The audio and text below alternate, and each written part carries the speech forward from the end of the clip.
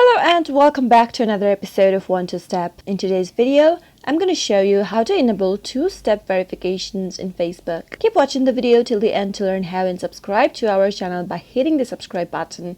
And don't forget to press the bell icon so that YouTube will notify you whenever we post a new video. The two-factor authentication is a security feature that helps protect your Facebook account in addition to your password. In order to enable it, go to your Facebook application and tap it open from the app drawer. Once you're signed into your Facebook, from your home screen, go to the menu bar at the upper right corner, and from this page, scroll all the way down and tap on Settings and Privacy. Tap on Settings one more time from the expanded menu, and once you do that, under Security, tap on Security and Login. Scroll down and tap on Use Two-Factor Authentication option, and once you do that, the next thing you'll need to do is to select a security method. You can either choose to use an app such as Google Authenticator or Duo Mobile to generate verification code for more protection, or you can choose to enable the text message feature or the security key option. Select any one and tap on Continue. If you choose the text message option, you'll need to enter your mobile number